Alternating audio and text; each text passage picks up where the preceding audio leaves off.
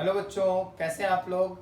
स्वागत है आप लोगों का पैराडाइज ट्यूटोरियल के यूट्यूब चैनल पे। आज हम बहुत ही इंपॉर्टेंट टॉपिक जो समझने वाले हैं बच्चों, वो है रिजोल्यूशन ऑफ वेक्टर। बहुत ही बेसिक टॉपिक है, क्लास 11th का ही टॉपिक है, लेकिन जेई और नीट और इवन फिजिक्स में हर पॉइंट पे चाहे कहीं भी इसका यूज जरूर होता है।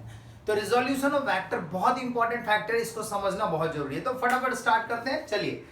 तो सबसे पहले तो मैं आप लोगों को एक मैजिक ट्रायंगल बता दूं, जिन बच्चों को बेसिक पॉइंट नहीं पता है तो मैं बता देता हूं। मैजिक ट्रायंगल बेसिकली होता है 37 डिग्री, स्मॉलर एंगल के सामने 3, और ये एंगल होता है 63 डिग्री, उसके सामने का side 4 and the largest side यानी कि हाइपोटेन्यूज दैट इज 5। तो 3 4 5 ये मैजिक ट्रायंगल है। अगर आपसे कहेंगे cos 37, तो cos 37 क्या होगा 4/5, sin 37 क्या होगा 3/5, tan 37 तो क्या होगा tan 37 3/4, दैट्स इट। तो ये आपके पास मैजिक ट्रायंगल है जो आपको पता रहना चाहिए। अब रिजोल्यूशन ऑफ वेक्टर मैं समझाता हूं आप लोगों को, ध्यान दीजिएगा। ये कुछ क्वेश्चंस पे करवाऊंगा, लेकिन पहले एक बारी मैं रिजोल्यूशन ऑफ वेक्टर बता दूं आप लोगों को फटाफट। रिजोल्यूशन ऑफ वेक्टर बच्चों होता क्या है? रिजोल्यूशन वर्ड का मतलब होता है splitting of vector. Splitting of vector का मतलब यार एक वेक्टर दे दिया किसी भी डायरेक्शन में, उसका हॉरिजॉन्टल यानी एक्स एक्सिस के अलॉन्ग और उसका वर्टिकल यानी वाई एक्सिस के अलॉन्ग क्या कंपोनेंट जनरेट हो रहे हैं, यानी कितने फोर्सेस उधर की तरफ काम कर रहे हैं। ध्यान दीजिए, जैसे कि एक पॉइंट समझाता हूं। तो अगर मान लीजिए आपके पास अगर कोई फोर्स दिया है 15 न्यूटन का सपोज यहां, और अलॉन्ग एक्स एक्सिस और अलॉन्ग वाई एक्सिस अगर मैं आपसे पूछूं कि क्या फोर्स होगा, सपोज ये एक ब्लॉक है, ये एक ऑब्जेक्ट है जिस पे हमने 15 न्यूटन का फोर्स लगाया रिजल्टेंट, तो along X and along Y क्या होगा फोर्स, अगर ये एंगल 37 डिग्री है। तो बहुत ही आसान है यार, एक्स एक्सिस पे क्या हो जाएगा जल्दी बोलो। एक एक्स एक्सिस पे देखें तो हो जाएगा जिस पे एंगल बने, याद रखना जिस पे एंगल बने वो cos थीटा होता है। क्या होता है cos थीटा। cos थीटा हमेशा बेस को रिप्रेजेंट करता है। किसको रिप्रेजेंट करता है? बेस को। तो ये बेस हो गया, बेस को रिप्रेजेंट करता है, तो क्या हो जाएगा 15 cos 37, ठीक है। और y एक्सिस पे y कंपोनेंट देखें तो क्या हो जाएगा 15 sin 37। क्लियर है? बहुत ही आसान है। अलोंग एक्स एक्सिस हॉरिजॉन्टल अगर लेते हैं तो हॉरिजॉन्टल पे कॉस आ जाएगा, वर्टिकल पे साइन आ जाएगा। बहुत ही बेसिक कॉन्सेप्ट है, लेकिन बहुत इंपॉर्टेंट कॉन्सेप्ट है। आगे देखिएगा, इसमें और पॉइंट समझाता हूं, एक दो पॉइंट, उसके बाद इन क्वेश्चंस को भी करेंगे फटाफट जल्दी से। अब अगर मान लीजिए कहीं पे दे दिया कि भाई वन ऑफ द कंपोनेंट उठा के दे दिया और रिजल्टेंट दे दिया और कह दिया कि बाकी का कंपोनेंट और एंगल निकाल के दिखाओ। जैसे मान लीजिए आपको मैंने कहा कि one of the component velocity along X axis दे दिया, मैंने कहा कितना 50 मीटर पर सेकेंड, और इसका रिजल्टेंट वेलोसिटी दे रखा है 100 मीटर पर सेकेंड, ठीक है ना। अब आपको दूसरा कंपोनेंट यानी वाई एक्सिस के साथ जो कंपोनेंट है और साथ ही साथ ये जो डायरेक्शन है थीटा एंगल, ये अभी हमें निकालना है। तो वेलोसिटी अलोंग एक्स एक्सिस क्या होता है बच्चों v cos थीटा। सिंपल यार, एकदम आसान है। ये हो गया 50 v cos, v की वैल्यू कितनी है 100, cos थीटा, थीटा हमें नहीं पता, यहां से cos थीटा की वैल्यू निकाल लो जो कि हो जाएगी 1/2, यानी थीटा कितना 60 डिग्री। थीटा कितना आ गया 60 डिग्री, डायरेक्शन आ गया 60 डिग्री। अब y एक्सिस का रिजल्टेंट, अगर y एक्सिस का कंपोनेंट बताना है तो y एक्सिस का कंपोनेंट हो जाएगा v sin थीटा, क्या कि परपेंडिकुलर है। क्या है? परपेंडिकुलर। परपेंडिकुलर यानी sin थीटा। तो v sin थीटा, v कितना है आपके पास? v है आपके पास 100 और sin 60, sin 60 दैट इज √3/2, तो 50 √3 मीटर पर सेकेंड। तो यार ये बहुत ही आसानी से इस तरीके से रिजॉल्व कर सकते हैं। यानी हमें कोई भी वेक्टर अगर दिया हुआ है तो उस वेक्टर के x और y यानी कि हॉरिजॉन्टल और वर्टिकल दोनों कंपोनेंट हम निकाल सकते हैं बड़े ही आसानी से। This procedure is called resolution of vector. बहुत इंपॉर्टेंट है, ये 2 डायमेंशन में 2 डायमेंशन में रिजोल्यूशन ऑफ वेक्टर है, ये चीज ध्यान रखेंगे। अब एक और पॉइंट बताता हूं। जस्ट सपोज कीजिए आपके पास एक कंडीशन दे रखा है, ये आपके पास ये नॉर्थ है, ये साउथ, इधर ईस्ट, इधर वेस्ट। सपोज एक बोट नॉर्थ ईस्ट डायरेक्शन में मूव कर रही है, किधर? North east direction, north west direction में एक बोट मूव कर रही है, ठीक है। अब नॉर्थ वेस्ट डायरेक्शन मतलब कितना डिग्री हो गया 45 डिग्री। कितना डिग्री 45 डिग्री। अब शोरलाइन जो है, शोरलाइन मतलब किनारा, जो शोरलाइन है वो 15 डिग्री का एंगल बना रहा है इसके साथ। कितने डिग्री का? 15 डिग्री का। This is shoreline. Shoreline makes an angle 15 degree with the boat. समझ गए? आप लोगों को समझ में आया बात? अब अगर कह दे कि बोट की जो वेलोसिटी है, बोट की वेलोसिटी दे रखी हो, कुछ भी वेलोसिटी दे दी है, suppose 18 kilometre per hour velocity of boat दिया हुआ है। कितना दिया हुआ है? 18 kilometre per hour along the shore line और परपेंडिकुलर टू इट, दोनों कंपोनेंट निकाल के दिखाओ। अलोंग द शोर लाइन क्या हो जाएगा? देखो यार एंगल देखो, पूरा एंगल देखो कितना डिग्री हुआ 60। तो अलोंग द शोर लाइन कितना हो जाएगा VB cos 60, और उसके नॉर्मल यहां ड्रॉ होगा, देखो ध्यान से देखो, ये 90 डिग्री हो गया, तो नॉर्मल पे कितना हो जाएगा VB यानी VB और sin 60। समझ में आई बात? यानी आपको कंपोनेंट देखना है यार, आपको कंपोनेंट देखना और कुछ नहीं करना, बहुत सिंपल है। Perpendicular sine, horizontal cos, simple यार। रेजोल्यूशन तो आपको समझ में आ ही जाना है इस वीडियो के बाद, बहुत ही आसान तरीके से समझाया जा रहा है। अब इन पॉइंट्स को देखते हैं फटाफट जल्दी से, क्योंकि बहुत इंपॉर्टेंट फैक्टर है रिजोल्यूशन ऑफ वेक्टर। अब देखिए एक और पॉइंट, ये सब कुछ रिजोल्यूशन है। अब मान लीजिए कहीं पे इस तरीके से दे रखा है, सिंपल सा एक तरीका समझाता हूं, ध्यान देना। सपोज आपके पास यहां पर ये नॉर्थ साउथ ईस्ट वेस्ट, ये एक यूनिट वेक्टर दे रखा है और यहां पर एक एंगल थीटा बना रखा है। अब कहे कि इसका वेक्टर निकाल के दिखाओ। अगर इसका वेक्टर निकालने के लिए, यूनिट वेक्टर निकालने के लिए कह दिया जाए तो इसका यूनिट वेक्टर पता क्या होगा? देखो ध्यान से देखो, यूनिट वेक्टर क्या होगा? अगर यहां पर एंगल सपोज मान लो 45 डिग्री है, कितना डिग्री है? 45, तो कितना हो जाएगा? cos 45 आई कैप प्लस cos 45 जे कैप यानी y एक्सिस और ये x एक्सिस। तो आपका ये जो वेक्टर है वो आसानी से आप निकाल सकते हो आई कैप और जे कैप के रिस्पेक्ट में, जो कि कितना हो जाएगा? आई जे कैप अपॉन 2। अगर यही वेक्टर यहां से उठा के सेकंड क्वाड्रेंट में लेके चला जाओ, सेकंड क्वाड्रेंट में लेके चला जाओ कुछ इस तरीके से इधर की तरफ, ये y एक्सिस, ये x डैश एक्सिस। तो अब जो वेक्टर होगा, अगर मान लीजिए ये 45 डिग्री दे रखा है, तो a कैप कितना हो जाएगा पता है आप लोगों को? cos 45 माइनस आई कैप। माइनस आई कैप क्यों? क्योंकि नेगेटिव डायरेक्शन में जा रहा है, मगर j अभी भी क्या है? सॉरी, यहां साइन आएगा और ये √2, क्योंकि cos 45 और sin 45 की वैल्यू होती है 1/√2।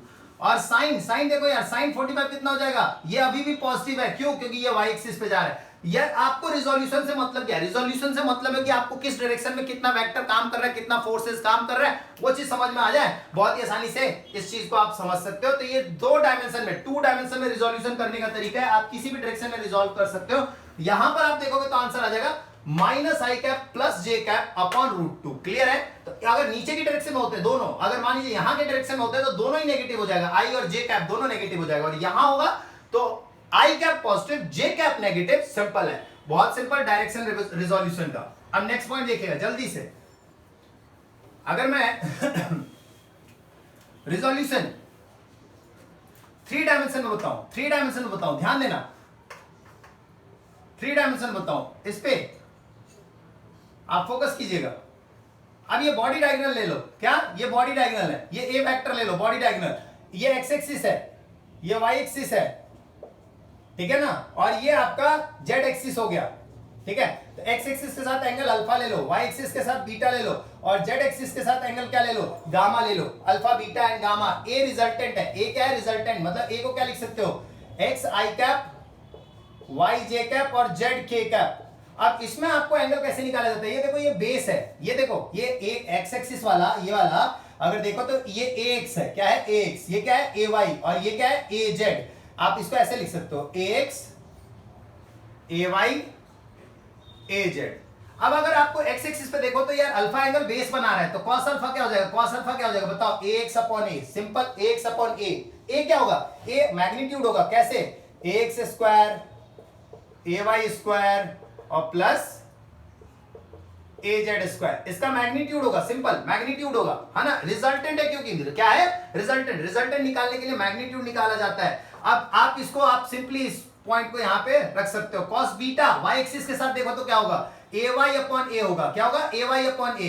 और cos गामा जेड एक्सिस के साथ देखो तो क्या होगा? ए जेड अपॉन ए। अच्छा, सभी में ये बेस है, ए एक्स, ए वाई और ए जेड बेस है, और ए क्या है? हाइपोटेन्यूज है। और एक बात याद रखना, cos square alpha, cos square beta और cos स्क्वायर गामा का अगर समेशन कर लो तो दैट इज इक्वल टू क्या आता है? 1। This is called law of cosine. क्या कहलाता है? Law of cosine. Law of cosine कहलाता है। ये चीज ध्यान रखना। और कैसे निकाला जाता है एंगल, वो भी ध्यान रखना। और मैग्नीट्यूड इस तरीके से। तो ये आपको 3 डायमेंशन में रिजोल्यूशन है, 3 डायमेंशन में रिजोल्यूशन कैसे किया जाता है वो चीज समझाया है। चलिए अब क्वेश्चन करते हैं फटाफट जल्दी से। तो ये मैंने आप लोगों को रिजोल्यूशन क्या होता है, रिजोल्यूशन किस तरीके से किया जाता है, वो मैंने समझाया। अब रिजल्ट कैसे भी किसी भी पॉइंट पे किया जा सकता है, अब वो बॉडी टू बॉडी डिपेंड करता है। अब मैं कह दूं कि जो एक इंक्लाइंड है, ठीक है ना? इस इंक्लाइंड पे आप एक बॉडी को, अगर उसका बॉडी को मूव कर रहे हो ऊपर की तरफ, और इसका वेट है W है, सपोज 100 न्यूटन का है, 100 न्यूटन का वेट है और कितना डिग्री का इंक्लाइन है, ये 37 का।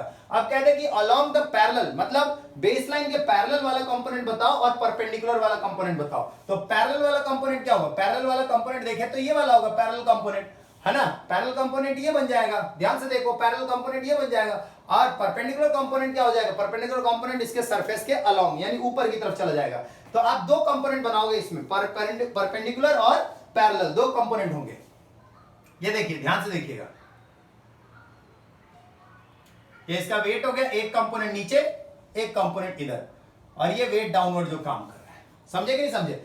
अब 37 पे अगर मैं अलोंग द यानी पैरेलल वाला देखूं तो हो जाएगा v cos 37, क्या हो जाएगा v cos 37। v परपेंडिकुलर वाला तो v sin 37, सिंपल, क्या हो जाएगा v sin 37। तो v परपेंडिकुलर और v पैरेलल आपको ये देखना है, v पैरेलल और v परपेंडिकुलर। ये 37 है तो ये भी 37 होगा। तो परपेंडिकुलर, ये परपेंडिकुलर हुआ, ध्यान से देखो, ये परपेंडिकुलर हुआ। परपेंडिकुलर यानी थीटा जहां बन रहा है, थीटा जहां बन रहा है वो कौन होता है, कॉस, ओ सॉरी, परपेंडिकुलर ये हुआ।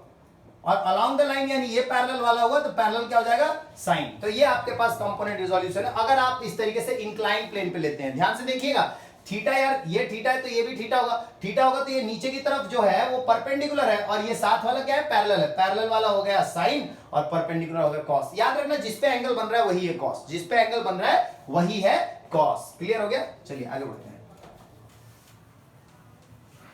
अब ध्यान दीजिए, ये क्वेश्चन है, ये बहुत ही सिंपल क्वेश्चन है, फटाफट खत्म करते हैं इनको। कह रहा है पहला question, find the resultant of the three vectors. ये तीन वेक्टर्स का रिजल्टेंट निकालने को कह रहा है, एक है 5, एक है 3, एक है 2। अब इनका रिजल्टेंट कैसे निकालेंगे, इसका निकालने का सिंपल तरीका होता है बच्चों। इसको निकालने के लिए क्या करते हैं, एक्स एक्सिस के सारे कंपोनेंट निकालो और वाई एक्सिस के सारे कंपोनेंट निकालो। एक्स एक्सिस के सारे कंपोनेंट निकालते हैं। चलिए क्वेश्चन नंबर 1 की बात कर रहा हूं मैं। एक्स एक्सिस के सारे कंपोनेंट, एक्स एक्सिस का कौन कौन से, अब पहला वेक्टर 5 है, इसका एक्स एक्सिस का कंपोनेंट क्या हुआ बताओ, 5 cos 37 प्लस, अब इस वाले का एक्स एक्सिस का कंपोनेंट क्या हुआ, ये तो along the X axis parallel ही है यानी कि 3 डायरेक्टली। इसका एक्स एक्सिस का कंपोनेंट होगा क्या, नहीं ना, एक्स एक्सिस का कंपोनेंट तो होगा ही नहीं, क्योंकि अगर एक्स एक्सिस का कंपोनेंट लेता भी हूं, अगर मान लीजिए एक्स एक्सिस का कंपोनेंट इसमें लिया तो वो 0 डिग्री हुआ, लेकिन अगर मैं इसमें लूं तो 2 cos 90 डिग्री होगा। 90 डिग्री पे तो cos खत्म ही हो जाना है, cos 0 1 है, sin 30 cos 37 कर लो। अब इससे आप देखेंगे तो वैल्यू आपके पास cos 37 और sin 37 आपको बता ही रखा है मैंने, +3 cos 0 1 होता है। ये तो आपका खत्म हो गया। ये आपका आ गया एक्स कंपोनेंट, क्या आ गया, एक्स कंपोनेंट। एक्स कंपोनेंट आ गया, इसी तरीके से वाई कंपोनेंट भी निकाल लोगे, एक्स और वाई दोनों कंपोनेंट निकालोगे तो सॉल्व हो जाएगा। ये आएगा 4 + 3 दैट इज 7 मीटर। अब वाई कंपोनेंट निकालो। वाई कंपोनेंट कैसे निकालोगे, वाई कंपोनेंट इस वाले वेक्टर का क्या होगा बताओ, इस वाले का 5 का, दैट इज 5 sin 37। इसका वाई कंपोनेंट क्या हो जाएगा, 3 sin 0, क्योंकि थीटा तो 0 है क्योंकि पैरेलल है एक्स एक्सिस के, और 2 sin 90, sin 90 कितना हो जाएगा 1, है ना, sin 90 कितना हो जाएगा 1। अब sin 37 की वैल्यू सबको पता होनी चाहिए। sin 37 मैजिक ट्रायंगल बताया था ना मैंने, मैजिक ट्रायंगल अभी 37 ये होता है, ये 3 4 5, तो sin 37 कितना हो जाएगा 3/5, कितना 3/5 लगाओ, 3/5 तो 5 5 कट गया, 3 हो गया ये, और sin 0 0 और 2 तो ये कितना आ गया 5 मीटर। ये आ गया एक्स और वाई दोनों कंपोनेंट आ गए, 3 और कितना 5। अब इसका क्या निकालना है हमें, रिजल्टेंट। रिजल्टेंट क्या होगा, इसका रिजल्टेंट होगा एक्स और वाई कंपोनेंट का √अंडर स्क्वायर में 7 का 49, 3 5 का 25। तो आप इसको सॉल्व कर लो, आपको इसका रिजल्टेंट मिल जाएगा अप्रोक्सीमेटली 8.6 के आसपास। अब अगर मैं इसको डायरेक्शन, इसका डायरेक्शन भी पता करना हो, डायरेक्शन कैसे पता लगाते हैं, अल्फा से। तो tan इनवर्स, याद रखिए डायरेक्शन निकालने के लिए बच्चों बहुत ही सिंपल सी बात है, डायरेक्शन निकालने के लिए हमेशा tan अल्फा का यूज किया जाता है। तो tan अल्फा क्या होता है, tan परपेंडिकुलर होता है, perpendicular upon base, perpendicular upon base. Perpendicular कौन होगा, y कंपोनेंट, कौन होगा y कंपोनेंट, बेस कौन होगा x कंपोनेंट। तो यानी कितना 5/7, कितना 5/7, तो अल्फा कितना हो जाएगा tan इनवर्स 5/7, अप्रोक्सीमेटली 35 डिग्री के आसपास होगा। तो आप इस आसानी से कंपोनेंट निकाल सकते हो एक्स और वाई, और उसका रिजल्टेंट निकाल लो, सिंपल। अब चलते हैं अगले क्वेश्चन को, सेकंड क्वेश्चन को देखते हैं, उसमें भी इसी तरीके से अप्रोच करेंगे, सेम अप्रोच है, अप्रोच सेम है। आपको कंपोनेंट ध्यान रखने हैं, दोनों एक्सिस पे निकालने हैं, दोनों एक्सिस पे, एक्स पे भी और वाई पे भी, दोनों एक्सिस पे आपको कंपोनेंट फाइंड आउट करने हैं बच्चों, ये चीज ध्यान रखना। क्वेश्चन नंबर सेकंड, और जो पीछे मैंने जितने भी एग्जांपल दिए वो सिंगेज से थे, और ये जो क्वेश्चन देख रहा हूं समझा रहा हूं, ये एचसी वर्मा से रिलेटेड क्वेश्चंस है। कह रहे sum of the three vectors in the given figure, ये दे रखा है diagram, find the magnitude of vector OB and OC. क्या जी, ओबी और ओसी का मैग्नीट्यूड निकालना है। तो बहुत ही सिंपल है, आप इसमें भी कंपोनेंट निकालोगे एक्स और वाई पे, तो कंपोनेंट अलोंग एक्स, अलोंग सबसे पहले एक्स पे, एक्स के कंपोनेंट क्या होंगे। अगर मैं बात करता हूं ओए वेक्टर का, कौन से वेक्टर का, ओए वेक्टर का, अगर एक्स पे कंपोनेंट बात करता हूं तो कितना हो जाएगा एक्स पे, एक्स कंपोनेंट देखिए कितना हो जाएगा, ओए वेक्टर, फॉर ओए वेक्टर ये हो जाएगा ओए यानी कि 5, ओए यानी कि कितना दे रखा है 5, cos थीटा कितना है 90, cos 90 कितना हो जाएगा 0। तो ओ ए कंपोनेंट पे, ओ ए का वेक्टर क्या हो गया कंपोनेंट पे 0 हो गया। ओ बी का, फॉर ओ बी देखो, ओ बी जल्दी बताओ क्या होगा, थीटा एक्स एक्सिस पे 0 होगा।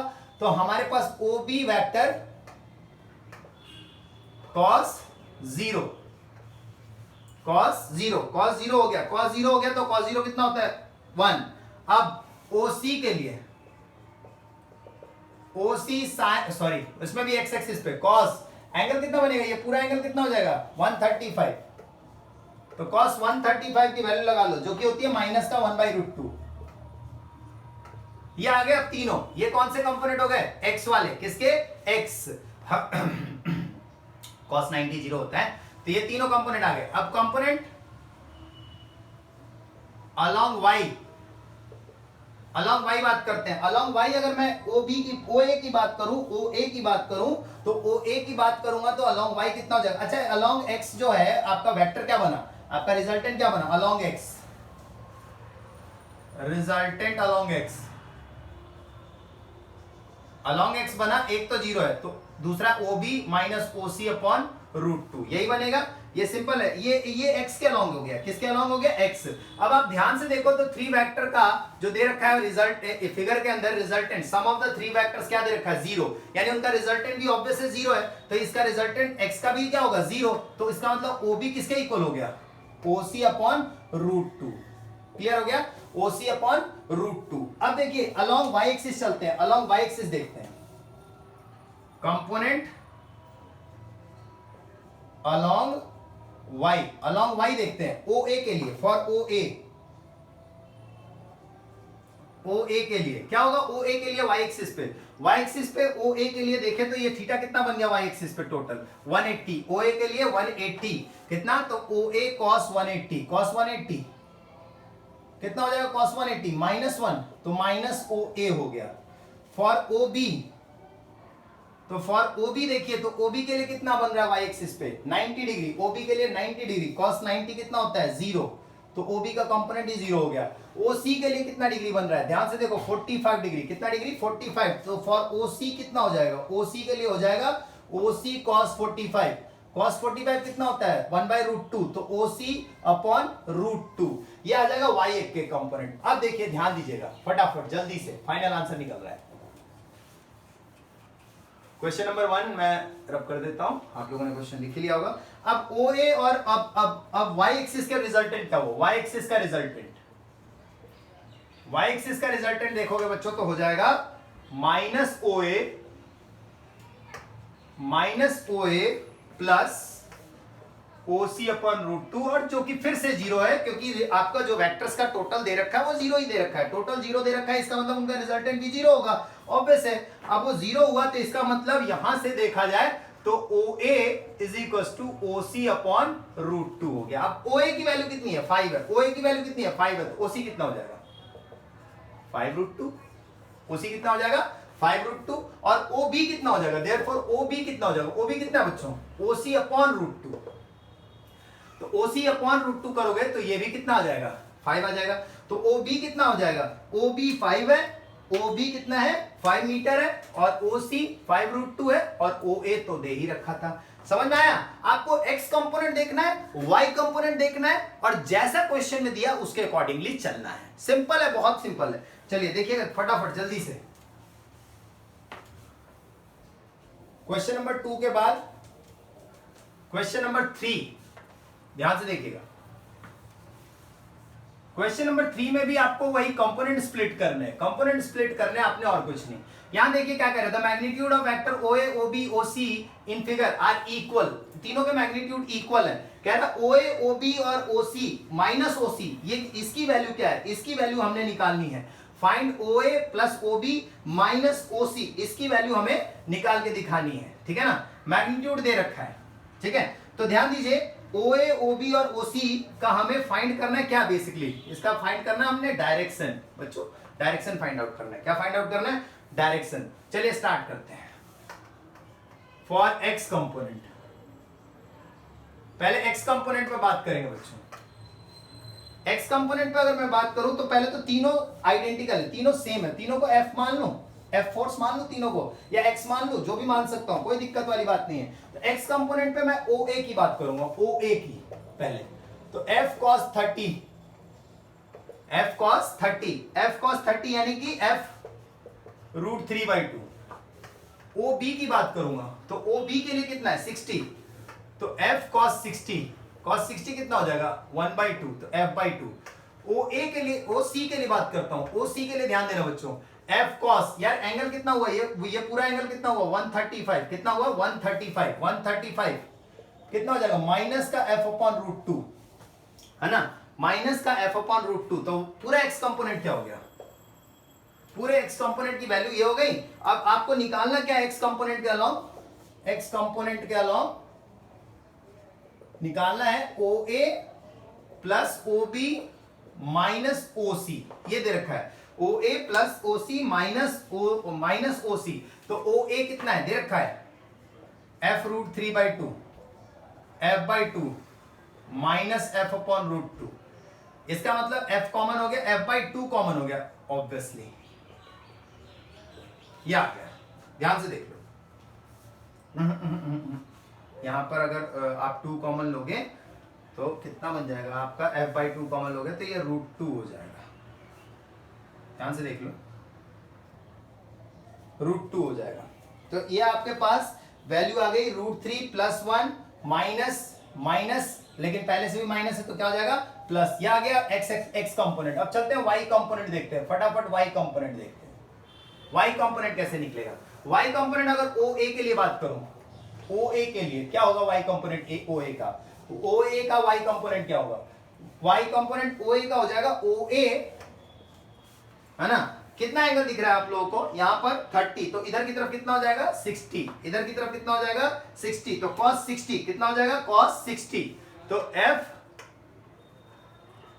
cos 60 यानी f/2, या ऐसे भी ले सकते हो, यानी अगर ये cos पे आ रहा है, ये cos पे आ रहा है तो इधर sin पे ले लो, तो sin 30 लिख सकते हो। इसको आप ये भी लिख सकते हो f sin 30 भी लिख सकते हो, तो बात एक ही होगा।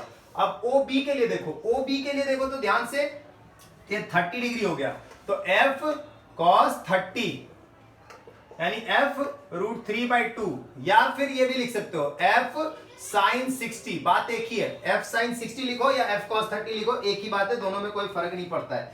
अब इसके बाद एक और देखिए ध्यान से, अब आप ध्यान से देखते हैं तो आपके पास y कंपोनेंट पे अगर मैं बात करता हूं C के लिए, तो C के लिए कितना एंगल बन रहा है 45, कितना 45 बन रहा है। ध्यान से देखो y कंपोनेंट पे, तो कितना हो जाएगा OC के लिए f cos 45 हो जाएगा f/√2, कितना f/√2। तो आपके पास वैल्यूज आ गई, क्या क्या वैल्यू आ गई, पहली वैल्यू आ गई f/2, ध्यान से देखिए f/2 आ गई पहली वैल्यू। दूसरी वैल्यू आ गई OB के लिए, OB के लिए देखें तो y एक्सिस पे बात करना था बच्चों, y एक्सिस पे, तो ये y एक्सिस पे तो पूरा एंगल 150 हो जाएगा, y एक्सिस पे तो 150 हो जाएगा, सॉरी वैल्यू सेम आएगी मगर माइनस पे आएगी। ध्यान से देखो ना यार, y पे देखना, माइनस y पे नहीं देखना, y डैश पे नहीं देखना, y पे देखना। ये देखो पूरा एंगल कितना हुआ, y के साथ एंगल देखते चलना है। अगर a का y के साथ एंगल देखें तो कितना हो जाएगा 60, देखो, या sin 30, दोनों में से कोई भी कंपोनेंट ले लो, कोई दिक्कत नहीं है। और अगर मैं c का देखूं तो कितना हो जाएगा 45, और b का देखूं तो टोटल कितना हो जाएगा 150, टोटल 150, क्योंकि ये इधर 30 बच जाएगा। तो अब आपके पास ये तीनों वैल्यू आ गई। अब इनका देखो रिजल्ट क्या है, फिर उसके बाद डायरेक्शन निकाल लो, सिंपल। चलो देखो, ध्यान दो, डायरेक्शन कैसे निकालोगे, डायरेक्शन सेम वही tan अल्फा। tan अल्फा क्या होता है y component upon x component, और y कंपोनेंट क्या होगा बच्चों, अगर तीनों को मैं एक साथ रख लूं तो ये हो जाएगा f/2 बाहर, है ना, f/2 बाहर और 1 माइनस √3 और प्लस √2, ठीक है ना, ठीक है पहला, लेकिन बीच में माइनस आएगा, क्यों, क्योंकि OC माइनस में, अपॉन f/2 और इधर क्या आ रहा है √3 प्लस 1 प्लस √2, f/2 काट दो, अल्फा कितना आ गया tan inverse 1 minus √3 √2 √3 plus 1 plus √2, यह आएगा आपके पास फाइनली। आप इसको ऐसे भी लिख सकते हो 1 प्लस √3 प्लस √2, तो ये आपके पास डायरेक्शन आ गया। यानी आपको x कंपोनेंट y कंपोनेंट दोनों निकालना है, y कंपोनेंट के साथ एंगल निकालोगे तो y कंपोनेंट का एंगल देखना है, x के साथ तो x का एंगल देखना है, सिंपल। आपके पास दोनों कंपोनेंट निकालने के बाद आप सॉल्व कर दीजिए। अब देखिए आखिरी के 2 क्वेश्चन जल्दी से फटाफट, ये रिजोल्यूशन पे बहुत ही इंपॉर्टेंट पॉइंट्स हैं, रिजोल्यूशन आपको इसके बाद बहुत ही अच्छी तरीके से समझ में आ जाएगा, आप पूरे वीडियो को एंड तक जरूर देखिएगा। क्वेश्चन नंबर 4, इसमें क्या कह रहा है, इसमें कह रहा है कि भाई आपको एक सर्कुलर लूप दे रखा है, अब उसमें आपने कंपोनेंट निकालना है, find the resultant of the 3 vectors OB OC and OB OA and OC और रेडियस R है। चलिए बहुत ही सिंपल है, ध्यान दीजिए, ये आपका R है, B ये R है, ये A है, ये C है, इसको O ले लो। अब देखो सबसे पहले तो ये 45 डिग्री है, इधर वाला एंगल भी 45 डिग्री है, तो OB का कंपोनेंट, अब OB के अलोंग क्या होगा, OB तो डायरेक्टली R होगा, OB तो डायरेक्टली R होगा, OA के 2 कंपोनेंट बनेंगे, एक अगर B की तरफ देखें यानी अलोंग X देखें, अलोंग X, ये ध्यान देना बच्चों, ध्यान देना, ये इमेजिन करवा रहा हूं, देखो ये A है तो अलोंग इस वाले पॉइंट के अलोंग देखें तो हो जाएगा R cos 45 और इस वाले के along R sin 45, component resolution. इसी तरीके से ये भी अगर R है तो इधर की तरफ कितना हो जाएगा R cos 45 और इधर R sin 45।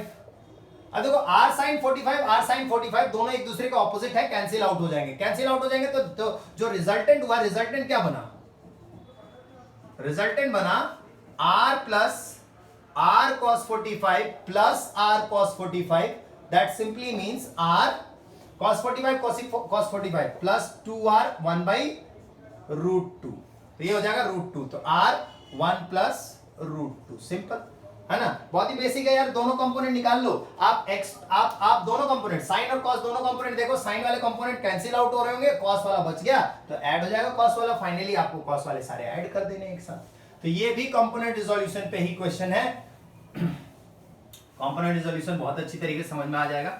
अब देखो एक पॉइंट और अगर कंप्लीट डिटेल्ड लेक्चर के लिए आपको अगर ज्वाइन करना है पैराडाइज ट्यूटोरियल तो आप ऐप जरूर डाउनलोड कर लें पैराडाइज ट्यूटोरियल का, उसके सारे डिटेल्स डिस्क्रिप्शन बॉक्स में आपको मिल जाएंगी। चलिए अब नेक्स्ट आखिरी के क्वेश्चन देखिएगा जल्दी से। ये कह रहा है resultant of OA OB is perpendicular to OA, OA और OB का जो रिजल्टेंट है वो परपेंडिकुलर टू OA है, तो फाइंड आउट करना है एंगल, क्या एंगल फाइंड आउट करना है, AOB का एंगल फाइंड आउट करना है, ये वाला एंगल फाइंड आउट करना है। तो इसका कंपोनेंट रिजॉल्व कर लो यार, बहुत ही सिंपल है कंपोनेंट। अब कंपोनेंट क्या होगा OA का, फॉर OA का अगर कंपोनेंट देखें तो क्या होगा, अलोंग एक्स एक्सिस बात करते हैं, अलोंग एक्स एक्सिस, पहले एक्स एक्सिस के अलोंग या एक्स कंपोनेंट की बात कर लेते हैं, तो कितना हो जाएगा 6 cos थीटा, 6 देखो A के लिए OA के लिए इसको O कह दिया, OA के लिए हो जाएगा कितना है OA 4, तो 4 cos 0 डिग्री, 4 cos 0 डिग्री यानी कि 4 अल्टीमेटली। फॉर OB के लिए बात करता हूं तो OB की वैल्यू कितनी है 6, तो 6 cos कितना एंगल बन रहा है थीटा, तो टोटल कितना हो गया, यानी रिजल्टेंट हो गया बच्चों 4 plus 6 cos theta, 4 plus 6 cos theta, ये रिजल्टेंट हो गया। एक्स एक्सिस के अलोंग है, ये कौन से कंपोनेंट के अलोंग है, एक्स कंपोनेंट है। अब मेरे से बात यहां पर हम लोगों को दिया क्या है कि रिजल्टेंट y एक्सिस के अलोंग जा रहा है, resultant going along y axis, resultant along कौन से एक्सिस है, y एक्सिस पे है ना, देयरफॉर x कंपोनेंट क्या होगा, फिर x कंपोनेंट 0 होगा ना यार, जब रिजल्टेंट y एक्सिस पे है, y एक्सिस पे है तो x कंपोनेंट 0 होगा, तो x कंपोनेंट कितना है 4 plus 6 cos थीटा, इसको 0 के इक्वल रख दो तो cos थीटा कितना हो गया माइनस का 4/6, माइनस का 4/6 6। आप देखिए ध्यान से, तो यहां से थीटा कितना आ जाएगा, कॉस इनवर्स माइनस का 2/3, ये एंगल है थीटा, है ना। तो इस तरीके से कंपोनेंट रिजोल्यूशन पे काफी सारे क्वेश्चन आप लोगों को मैंने समझाया, ठीक है, काफी तरीके के क्वेश्चंस आप लोगों को बताए मैंने। तो कंपोनेंट रिजोल्यूशन का कॉन्सेप्ट आप ध्यान से देख लीजिए बच्चों, और बच्चों ज्यादा से ज्यादा बच्चों तक इस चैनल को शेयर करो, है ना, सब्सक्राइब जरूर कीजिए, लाइक जरूर कीजिएगा और बेल आइकन बटन जरूर दबा दीजिएगा। और for detail lecture paradise tutorial के ऐप को डाउनलोड कर सकते हैं आप। चलिए टिल देन बच्चों इस लेक्चर को देखते रहें और मिलते हैं नेक्स्ट लेक्चर में। Bye bye.